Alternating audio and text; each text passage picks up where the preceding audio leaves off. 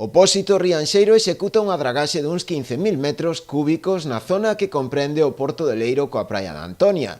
Trátase dun proxecto a 4 anos cun custe no seu total duns 480.000 euros, co que se persegue recuperar a produtividade nunha zona actualmente degradada. Estamos facendo un dragado de 15.000 metros cúbicos para generar unha zona tamén que é bastante criadora e estamos intentando recuperala. Este dragado é un proxecto que fixamos a 4 anos, no cal Madrid dounos o visto bueno a dragar durante 4 anos 15.000 metros cúbicos cada ano. En total serían 60.000 metros cúbicos. Vai ser unha zona moi importante que se vai recuperar.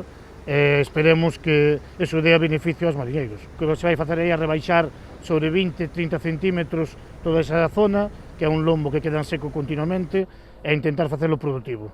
E unha vez acabemos aí, vamos a intentar sementar esa zona tamén, porque ao ser unha zona tan grande, de cara a este verán vai quedar improductiva, para que os mariñeiros teñan polo menos opción a mediados de verán coller algo, vamos sementar algo de japónica. O Pósito ten intención en darlle continuidade a este proxecto a outros 4 anos, noutra das súas zonas improductivas. Unha que recuperas o que é a zona do río, ao secar eses lombos, e outra que está recuperando zonas que son improductivas, que eran zonas de fango, e estálas facendo productivas, estás ampliando o que é o terreno.